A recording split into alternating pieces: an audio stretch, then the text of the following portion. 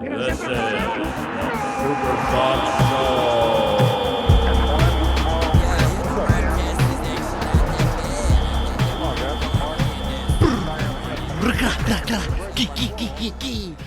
What is up, guys? We are back here, Supersubs Show, episode number 5. This week we are going to be talking about the Europa League. We're going to be previewing the round of 16, similar to what we did for the Champions League a couple weeks ago. We're also going to be discussing the Champions League games from last week. So we're going to start with that and go from there. Let's see what happens. Yeah, there's a lot going on in Europe these days, you know? The Europa League, not as important as the Champions League, but we're still going to cover it. We care about some of these matchups. It's important for some of us, Bennett, okay? Yeah, my team's, Let's be respectful. my team's not in the Europa League, so I don't really follow it. Is your team in the Europa League? Are they a second? Yeah, they are, aren't they? Yeah, okay. Come on, man. Come on now, dog. We should also mention it's midday. I just finished my coffee about 30 minutes ago, but we're getting lit. So this is going to be an exciting episode.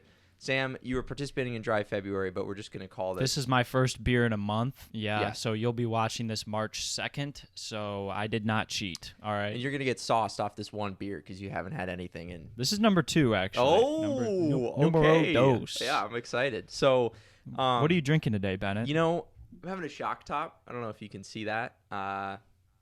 Nice white Belgian ale. So, you know, it looks tasty. Yeah. Do we have any Belgium teams in the Europa League? I don't even know. Antwerp went out. Oof, tough. Maybe I should pour this out. I don't think so. Yeah. What do you got? You got a Modelo or something? I have a nice Modelo Negro. Really enjoying it. Love it. We should just turn this into a beer podcast. Just kidding. Okay, anyway, we had a lot going on in the Champions League last week. We had Bayern, Lazio, Chelsea Atletico, Man City Gladbach, and Real Atalanta. Where would you like to start, Sam? Where do I want to start? How about we start with... you would just want to start with... let's go Bayern, Lazio. Okay. Let's get that one and Man City out of the way. And that's the least exciting one. So, yeah. Yeah. What do you think? So Bayern won 4-1 to Lazio. They went up 4-0 and then gave up a little consolation goal there at the end.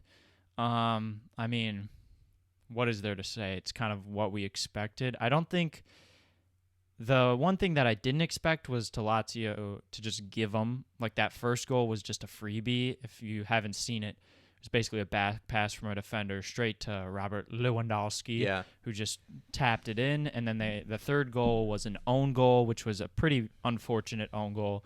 So, I mean, we expected Bayern to win pretty handily, but I didn't expect Lazio to kind of just give it to them. Yep. Here's the deal. No one's going to remember how the goals were scored. They're just going to remember that Bayern beat Lazio. I have a feeling, I think I said 6-1 and we both kind of chuckled. It could end 6-1. Lazio had a few opportunities. Could end 10-1.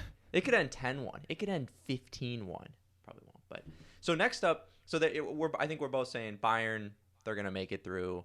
Unfortunate that Lazio had to face them, but they're probably going to be on their way out. Chelsea Atletico. Chelsea 1-0 Atletico in Madrid. How are we feeling about that, Sam? I know how I feel about it. Yeah, I think I saw some. It's a great win. I mean, Giroud had a sweet goal that was originally chalked off. Took like 3 minutes to overturn it. It clearly should have been a goal. If you haven't seen that goal, go check it out. It was a spectacular goal, and I mean, I think I saw something that said it was like there are only 3 teams who have scored in a Champions League round against Atletico. Wow. In Madrid. Okay. So, I mean, it's a big deal to get a win in Atletico because they play a very defensive game. They played a very defensive game. And, I mean, they really just snatched that goal with a spectacular goal from Giroud. So Giroud! How is he not starting every week? It blows my mind.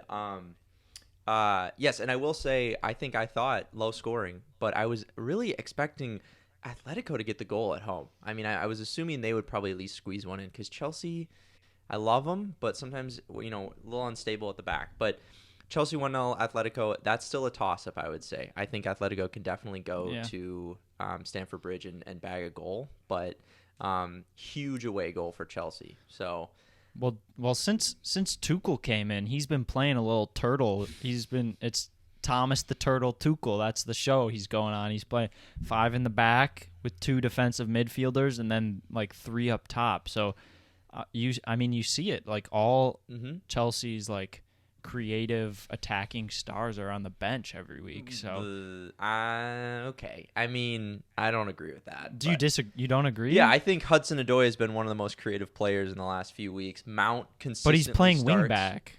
He's playing winger. I mean, he's technically a wing back, but he doesn't really come back a lot. He's up the field, which is another weird thing. I feel like the formation is weird. Alonso plays a lot deeper than Hudson-Odoi. Have you noticed that? Yeah, they definitely like. It's weird. Yeah, they try and move through Hudson-Odoi. Yeah, and attack up that side. So, my boys in blue, 1-0. Let's go. That's what we like to see. Great win. Nothing taken away. I mean, yes, he's been playing more defensively and putting the expensive boys on the bench, but they've been getting results, and you can't argue with results. So. Yep. Putting Pulisic on the bench. Anyway, Man City 2-0 Gladbach. I think we both probably saw that coming. Honestly, I think it's a pretty good result for Gladbach. They're still in it. I think they're still in it. It's going to be tough. I don't think they have a chance at moving on, but I think they have to say, like, going 2-0 down to City in the first leg is not bad at all, and they can easily overcome that if they just have one good game. Yeah. So. Yeah, these days a good result against City is just not getting annihilated. Yeah. You know? I bet they would take it almost to take a 3-0 because Man City are so good. Like 2-0, I think City's going to go through, but at this point they're so dominant that it's funny that we're calling this not a terrible result. Yeah. And then finally we had Real Madrid, and they played Atalanta, and that ended 1-0 to Real, and Atalanta got a early red card. I think it was in maybe like the 15th, 16th minute, something like that. Something around there in the like early 20s or late 10s. Somewhere around. Just, you know exactly what I said. To be exact. So I think you said that was a pretty questionable red card. I'd probably agree with you. But they held on. They only conceded 1. Yeah. And it was at the very end, too, which is the sad part because they were so close to making it. Yep. And I was telling my roommates that I actually think like getting the early red might have helped them in a way because Atalanta typically play super attacking soccer, which leaves them vulnerable at the back. But because they went down to 10, they were mostly just defensive. They parked the bus a little bit, which they had to do because they were 10 men playing Real Madrid. But I think it might have actually helped them. If they were playing open attacking football, they could have lost 3-0. But coming away with 1-0 going down a man after 20 minutes is a huge result. Yeah, I think that's – where was that? Was that in Madrid? I don't remember. I don't remember either. Yeah, I think it might have been in Madrid. We should probably know that. But I think 1-0 anyone's game, just kind of like the Chelsea Atletico game. So that's kind of it for the Champions League. We got a bunch of games. I think they don't resume for a couple weeks. Yeah, they have this next week off, and then I think the second legs resume a week from when you're watching this episode. Okay, so yeah, not too long to wait. But in the meantime, we've had quite a bit of Europa League action to kind of tide us over, which not a competition I usually follow super closely. But now that we're down to 16 teams, and for those of you who don't know. So whoever wins the Europa League this year will automatically qualify for the Champions League next year. So, for example, Sevilla are in it because they might have also finished top 4. I don't remember. Or top 3. But either way, it has implications for next year. It's fun to watch. And there's some really, really good teams like Spurs. Just kidding. There's some really, really good teams like Manchester United, Man U, AC Milan, teams that are chasing a top finish in their leagues who are playing here. So we each kind of just took 4 games, and I mean the first one would be Ajax versus Young Boys, which and we're not going to do a guessing game for this because it turns out We have very little knowledge of many of these teams, and that's the thing about Europa League.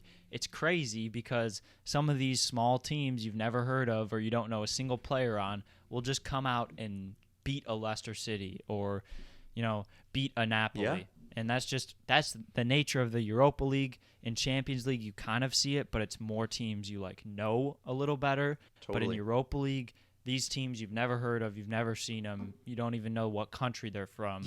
Those are the teams that can just have a shocker. Yeah, and that's what makes it really interesting, I think, too, is we often focus on the top 5 leagues.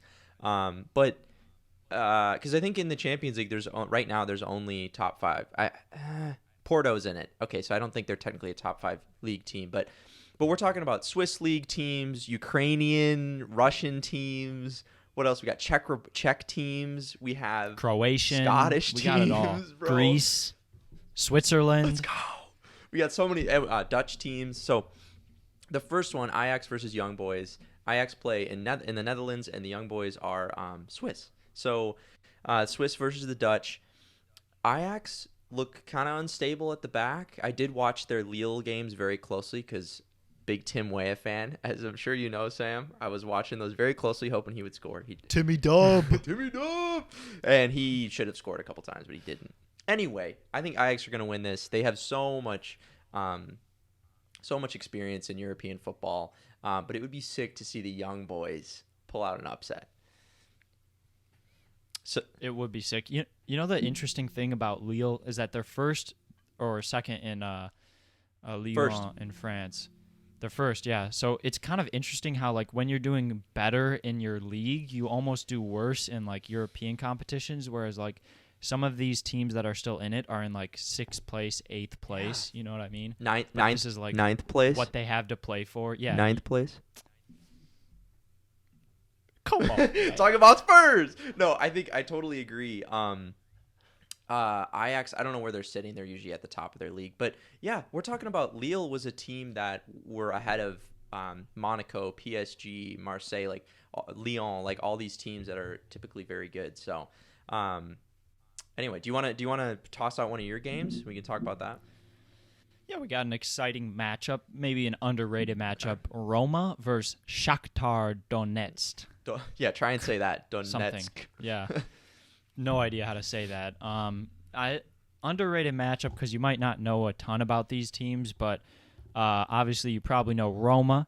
They are from La Liga in Italy. Currently, they're in 4th place. In the last round, they beat Sporting Braga 5-1 on aggregate, so handled. Who's that? I don't even know what Sporting Braga what is. That's so funny. Yeah, who knows? But they're kind of led by Henrik Mkhitaryan, who you probably know from his time at Arsenal and Manchester United. Yeah.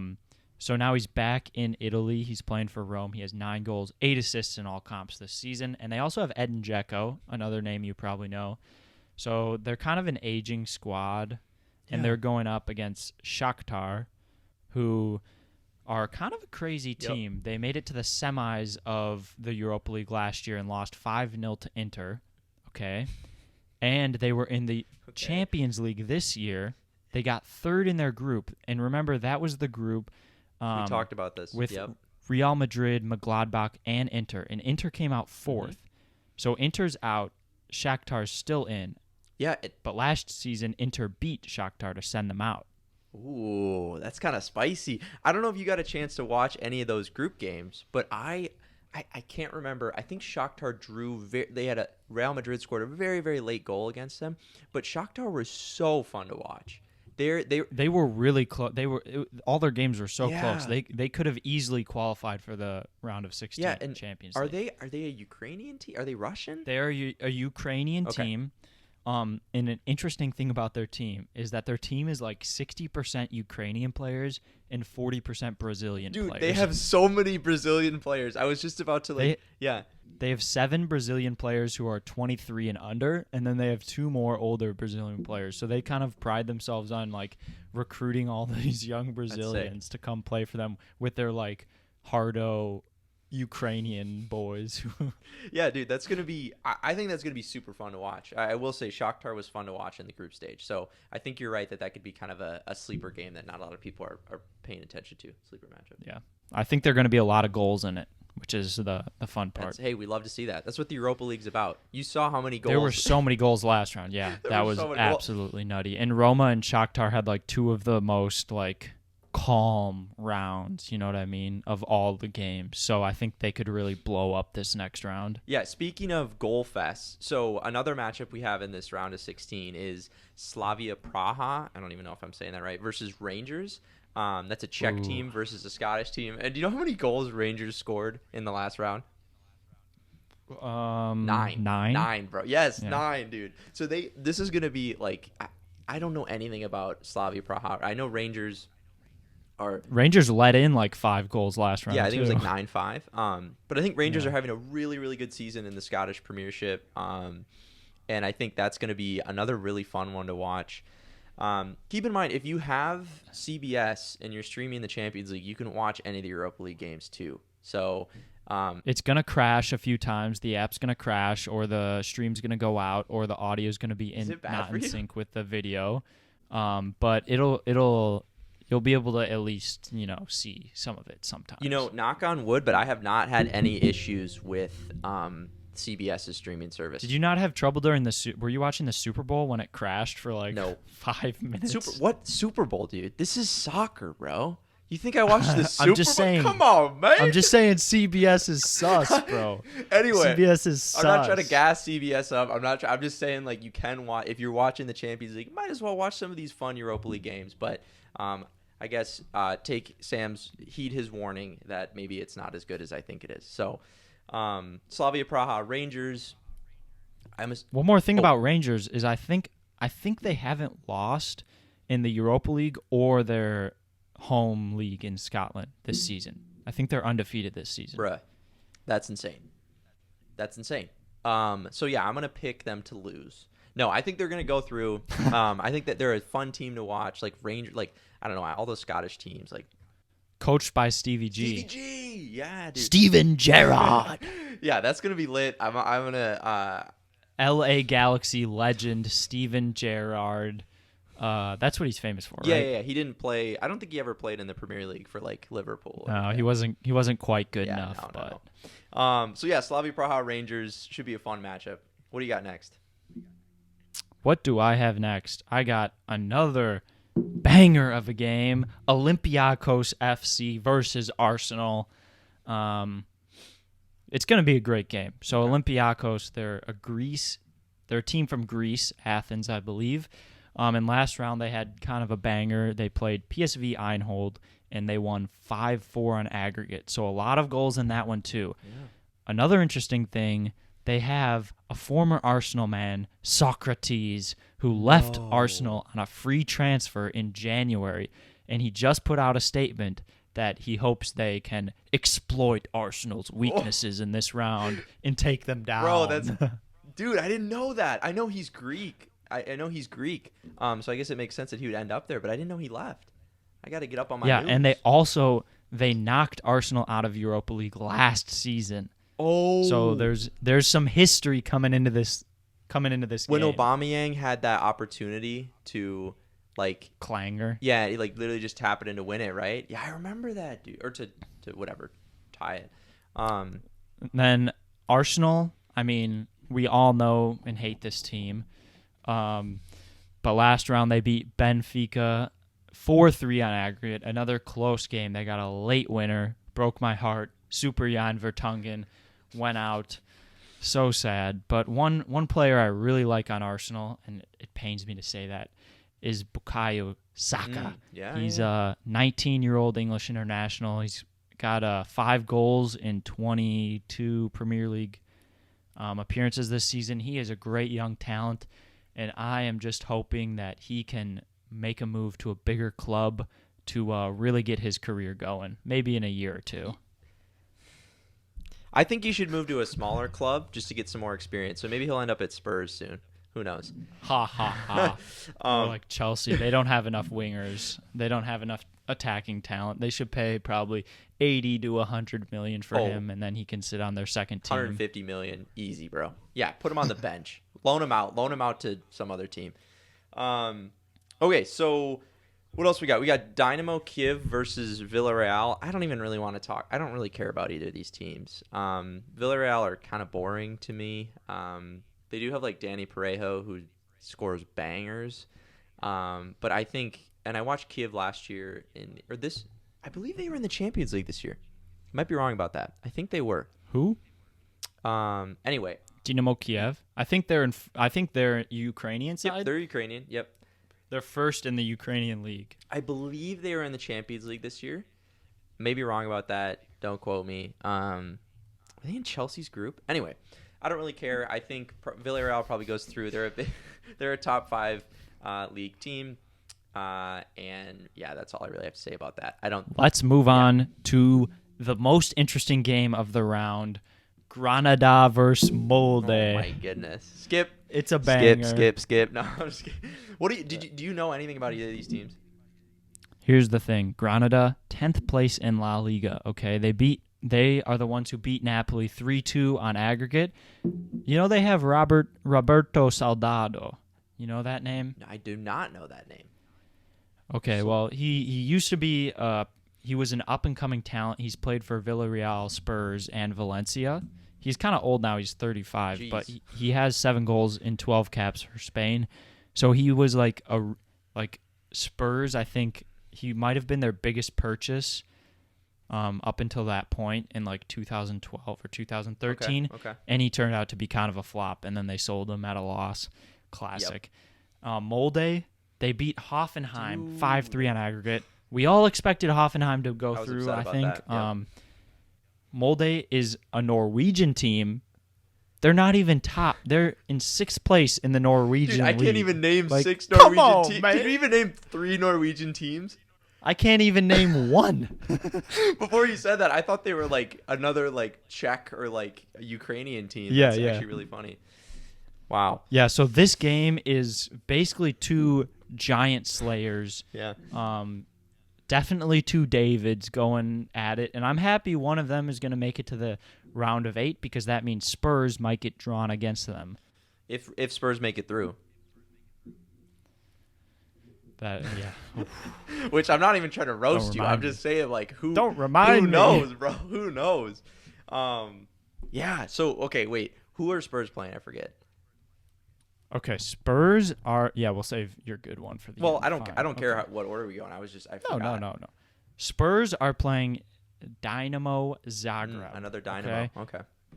Now they beat some other team, FC Krasnodar, who I've never heard of. They were in Chelsea's in the last round. Champions League. That's who I was thinking. Oh, were they? Yep. Dynamo Zagreb? No, Krasnodar.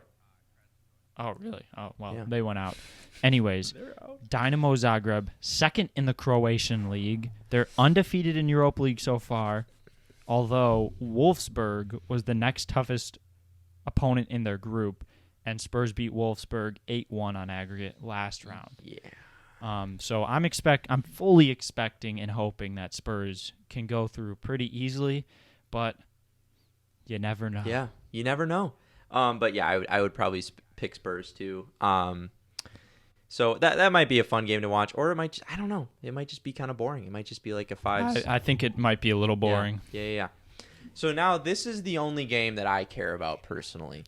So it's by far the best match this round. It's almost sad that these teams have to face off at this point. I'm pretty happy about it. Okay. All right. Well, the Spurs are going to have to play one of them at some point if they, assuming they don't both. Anyway, AC Milan is playing Manchester United. We're talking about 2 teams who in the past few years have really struggled to find form and now are like challenging for the top spot of their leagues. Milan, I believe, is in 2nd. Manchester United is in 3rd or 2nd? They're in 2nd, okay. But they're behind by like 13 points now. Okay, so maybe challenging for a top 2 spot is a better way to put it. Huge matchup. We're talking about Ibra versus Rashford. Huge. We're talking about Ibra versus Rashford. We got De Gea versus Donnarumma. Like, this is like such a clash of the Europa League Titans. And I really hope that Milan wins, but I have no idea who's going to pull this out. Penandez, you never know with him. You got him on your fantasy team, buddy. Dude, I haven't checked my fantasy team since October. Is he doing well for me? Is he helping me out? He's doing pretty well. Oh, okay, all right. Well, hey, guess he's what? Penandez. What can you say? Yeah, his Europa League goals don't count towards my fantasy team, so I hope he does nothing. How about that? Is that a better way? Okay, maybe? That's fair. That's fair. So I think like Rafael Leao is really fun to watch. They got like Rebic. Chananoglu, who famous free kick boy. Yeah, they got Ibra. I love watching Ibra score goals. Man's like almost 40. So that's going to be a huge matchup. That's probably the one that if you could only watch one, you'd probably watch that because that could be a Champions League game. Those are both teams that I believe were both in the group stage. Or was Milan not in the group stage? Champions League? No, they were Europa all the way, I think. Okay. Man United was in the Champions League and didn't even make it out of the group stage. So R.I.P. Yeah, I don't even care. I like them less than Arsenal for sure. So I hope. I think they haven't really, like, once they went out of the Champions League was when they started their like big winning streak in the Premier League. They were motivated. It's always like, oh, Ole Gunnar Solskjaer is going to get sacked. Oh, they're going to fire him. Oh, Man U's at its end. They're going to fire Ole Gunnar Solskjaer. And then, it's been like 2 years now. Yeah, he's been there a while. Come on, man. Come on, man. Dude, we should do a Come On Man segment, bro. That should be a segment that we do. Anyway, we'll try. We'll set that aside. We'll think about that later. So that workshop that. Yeah, we're going to workshop that. That kind of wraps up the Europa League. I think everything we kind of have to say about it. A few matchups that we don't really care about, but a few that are going to be really interesting to watch. I think we also wanted to talk a little bit about our nation's teams. We haven't yet talked about the women's national team. I have a little bit I want to say about the men's national team. So I don't follow the women's national team very much, but Sam, they won a fairly major tournament recently, right? It was like a She Believes Cup was the name of it. It was down in Orlando, Florida. It was kind of like let's get ready for the World Cup, I think. They played a bunch of international teams. They beat Brazil 2-0 in the final. That was their biggest challenge. I mean, the women's national team is just so dominant. It's hard to ever expect them to lose. And I think Brazil was their closest competitor, who they still handled 2-0 pretty easily. So, good for them. Yeah. Another win.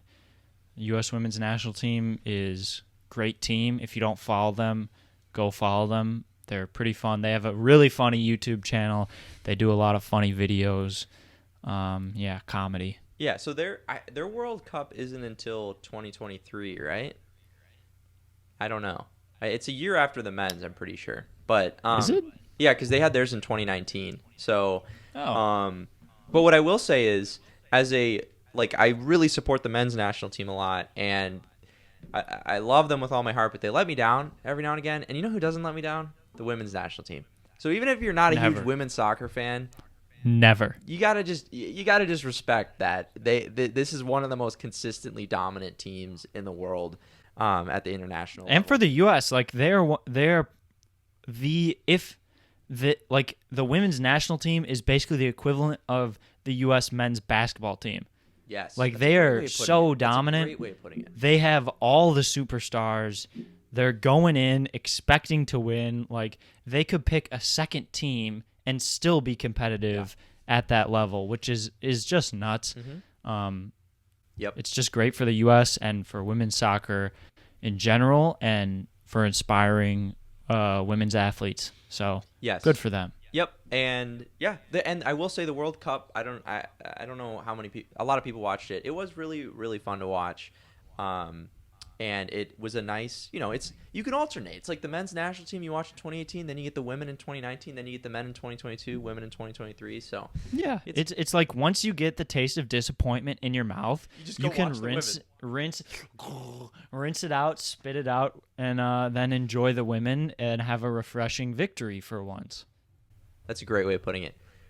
So speaking of the men, there's kind of been a lot going on. I follow it really closely. I think maybe too closely. But one thing that we didn't talk about last week, we just completely forgot, was that Jordan Morris tore his other ACL. So he tore bad news. I believe his left ACL this time after tearing his right, I believe, about 2 years ago. Bad news. Man, could be the end of his career, honestly. Totally. I think I don't know how old he is. I think he's 26, I think. 26. You're thinking, but like once you start getting ACL injuries, I mean, you're never going to get back to full fitness. If you do, it's really hard and you're more likely to get injured. So I think he could come back, play a few more years in the MLS pretty easily, I think. But in terms of like hitting his highest potential, this is just a horrible blow. I mean, you have to feel bad for him. His first move overseas to England, he had a little bit of promise in his first few games, and then this is devastating. Yep, and we're talking about someone who was, towards the top of the list of strikers for World Cup qualifying. He's out, but there's also good news. We've seen a couple Americans score in Europe in the past week. So today, or I guess you could say 3 days ago when you're watching this, Gio Reyna had a goal called off because they had the advantage canceled, but he got in a really good position and basically scored. And that doesn't count as a goal, but we'll take what we can get. And then Daryl Dike scored for Barnsley, and Josh Sargent scored a winner for Werder Bremen against Frankfurt, who are one of the most informed teams. I think it was Frankfurt, one of the most informed teams in the Bundesliga. So, except they lost in Europa, right? Who? Frankfurt. Frankfurt? Yeah, did they? I didn't even know they were in the Europa League. Were they? Maybe they didn't. Maybe I'm tweaking. Bro, maybe you're tweaking, bro. Yeah, I don't know. Maybe they did. But we are seeing some goal scorers. And then, well, actually, that's kind of all I had to say about the. Oh, and then 3 Americans were all eliminated from the Europa League in the same day. So we had Chris Richards starting for Hoffenheim. They got eliminated. We had Tim Weah starting for Lille. They got eliminated. And who am I missing? Oh, we had Brendan Aronson starting for Salzburg, and they were also eliminated. So there are no real Americans left in the Europa League, which really sucks. Yeah, sad about Salzburg, too, because Jesse Marsch, former coach of New York Red Bulls in the MLS, is the head coach of RB Salzburg. Yep. And they went out, which is big sad. If you watch the highlights, there's a great clip of him celebrating the first goal only to be devastated after a goal by their opponent and the subsequent knockout. Yep. Tough. I'm hoping he's the men's national coach at one point. I don't have a lot of faith in old Berhalter, but, in other news, if you see I'm wearing my Minnesota United kit, we're starting to see some MLS teams drop their new kits. So the Chicago Fire dropped theirs, right, Sam? Or at least one of theirs. Yes, they did. They dropped their home and away kits. What are you thinking? Their home kit, so-so, and their away kit, fuego. Let's just say, they're going through a bit of a rebrand. So they rebranded last year. They got a new owner. They moved downtown to Soldier Field. Big moves. Of course, they got called off due to COVID, so they didn't really have any fans. But they rebranded. The fans hated the new logo, the new rebrand. The ownership listened. They're now rebranding the rebrand next year. Oh, gosh. Taking a lot of fan input. They're doing a lot. They really want to be a good team for the community, and I just can't wait to get downtown to Soldier Field for some games. That is, wow. That's actually really, really cool. I didn't really like the rebrand. I'm not even a fan, and I was like, meh. What I will say is Minnesota United also dropped their River kit, which What is that? Is that You don't like it? You don't like the baby blue? Well, I don't like. There's a lot of things. Number one, just tell me what kit it is. Is it our third kit? Is it our home kit? Is it our away kit? Why are they calling it the River kit? They're waiting to see fan reaction so they can choose. I would almost. You know what? That is actually a great. That's great. That's a great point. Because none of the fans liked it. Everyone said it was boring. It looked weird. We'll put a picture of it. I thought it was fine. I think they needed a little more black on it, to be honest. Gross, dude. You don't think so? No. Black and baby blue. No. Unless it was black with baby blue highlights, that would be cool. Or sky blue, whatever they're calling it. Okay. The main issue I have with it is it has this really cool pattern, but you can't actually see it unless you're like 2 inches away from it. Did you? It's kind of got a a Man City feel too. Yeah, but I really like Man Cities. I don't know. Anyway, I wasn't super happy. But yeah, maybe they are waiting for fan reactions. I'm pissed. I hope they're watching this so that they know. Make that our third kit, okay? I don't want to see that. Maybe they are our 18th viewer. We all 17 views. The 18th view is Minnesota United. That'd be gas, dude. That'd be sick. If you're watching, bro, just make that the third kit. You haven't committed to it yet. Let's have a nice, crisp, clean, white home kit, and then a nice gray, maybe like a. You're going white for the home kit? That's what we've had for the last a long time. At least the last 3 years. Wow. I haven't even noticed. I feel like a lot of away kits are white in the MLS. Oh wait, am I wrong about that? Sorry. I don't know. No, I think their gray the might be kit. their home kit. I don't remember. Yeah, I think their grays might be their home. Okay. Well, I don't even know what I'm talking about. I don't know though. Yeah, me either. Anyway, we have one last thing we want to do, a little lost and found. Sam, did you think of a lost and found? Were you able to find? This week's Lost and Found, we're bringing it to you. Let us know if you like this segment. We think it's pretty cool. This week, Lost, Chelsea's creativity. You know, I mentioned it earlier, Thomas Tuchel, he's kind of turtling up. He's got their creative players, Hakim Ziyech. What's the other German guy's name? I'm Havertz? tweaking out. Kai Havertz, Pulisic, all basically on the bench, relegated to the bench. Ben Chilwell on the bench, but his defensive style is working. But the creativity lost and found the Chicago Fire away kits because those things are fuego. They're looking nice. Might have to cop me one. So lost Chelsea creativity, found Chicago Fire away kits. I like that. I think I might actually have to agree with you on this one. Even though I will say, like, Ziyech has never played well for Chelsea. Havertz has never played well for Chelsea. I'm not surprised that they're on the bench. Same with Timo to an extent, but he's still starting every week. Yep, and he's not as creative as. Here's the deal: Timo's the same size as Pulisic, and they're starting them on that. They're starting Timo a lot on the left side, on that left wing. Mm-hmm. Yeah. So I'm like, Pulisic's just more creative. Timo's just more grind. Yeah. So I will agree with you on that. I'd love to see Pulisic out there. So my lost and found are two things I already mentioned.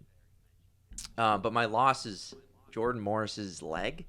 I know that's kind of mean, but maybe his career, dude. Maybe his career. You make a good point, dude. He recovers from this. He's maybe 26 or 27, 28. And where does he go from there? I mean, I think he'll be back at to Seattle. Sounders. And yeah. So he may be done. His national team career may be done. Especially because my found is United States men's national team strikers all across Europe. We're seeing tons of pop. Huh? Pop. We're seeing them pop off. They're popping up, baby. It's just like, oh, here's another one. Oh, here's another guy with dual nationality who's going to commit to the U.S. Here's another guy. So I already said Daryl Dike, Josh Sargent. I never even heard of Daryl Dike. Dude, he's playing for Barnsley. What can I say? He's doing all right. Josh Sargent. We got Tim Weah starting fairly consistently. That's about it, actually. That's not even a very good found. But we have talent that is coming to Europe and scoring goals. And the interesting thing is that these Americans are getting big chances, in part because of their status as U.S. national team, which is the U.S. is a huge market, and these teams want to exploit that. They want to sell these jerseys. They want to get money off these U.S. players. So they're buying them, part because of their talent, part because of, like, that U.S. men's national team thing that they bring with them. But it's giving them the opportunity to show that they have these skills and the opportunity to prove themselves, which is really good for the U.S. men's national team. Yeah, I do. Unfortunately, I do agree with you. That I think a lot of it, like Pulisic to Chelsea, I always thought that was a little odd. For like 68 Yeah, mil. like Pulisic is really, really good, but was he that he literally would just come off an injury. He only scored a couple goals in the Bundesliga when the year before they transferred. So stuff like that. I think I agree. A lot of these loan deals, Swansea picked up 2 Americans. They don't really need them. I don't think. I think they just wanted to be like, hey, look at us. You know, we're Swansea. Like, we got Americans on our team now. So, and I mean, it kind of works. Like, if you watch if you watch the Swansea highlights on YouTube, like in the games Jordan Morris played, like all the comments are like, Jordan Morris fan here, like love to see Swansea doing well. Dude, like it's really working. It really does work. Dude, you clown me about the reason why I like kind of became a Chelsea fan was because I loved Pulisic so much that I couldn't watch like anytime he's. But what kind of fan were you before you started following Chelsea? I didn't really pick anyone. I was just a guy. I was just a fan. The Gooners? All right, that's the end of this episode. No, I'm just kidding. Yeah, no, I was an Arsenal fan, and mainly because of my friend Keith, who was our last guest episode. Go check that out. Our first guest episode and our last one, most recent. What am I saying? But basically, my point being, Americans, if you're an American fan, if you're a patriot, you're gonna want your players to succeed overseas, and that's gonna bring more attention. If you were a goddamn American patriot, you gonna be following those Americans in the European League. They're over there sweating off in Paso Europeans, but we out here in the States, we patriots. Yeah, we grind here in the States. Okay, I think we've done enough here. I think that's about it. I don't even want to continue. So I think we've covered everything we want to. Looking forward to the Europa League. Looking forward to more Americans scoring in Europe. Any last thoughts, Sam? That's it for me. We will see you back here next week. Make sure to like and subscribe to the channel if you want to see this. Comment below if you want us to talk about any stories or any specific teams. We're happy to cover that. Or just improvements you want to see made. We're happy to account for feedback. Totally. We will see you here again next week. Thanks for watching another episode of the Supersubs Show on YouTube. For more videos like this, click here. Please subscribe to our channel and like this video. Smash that like button.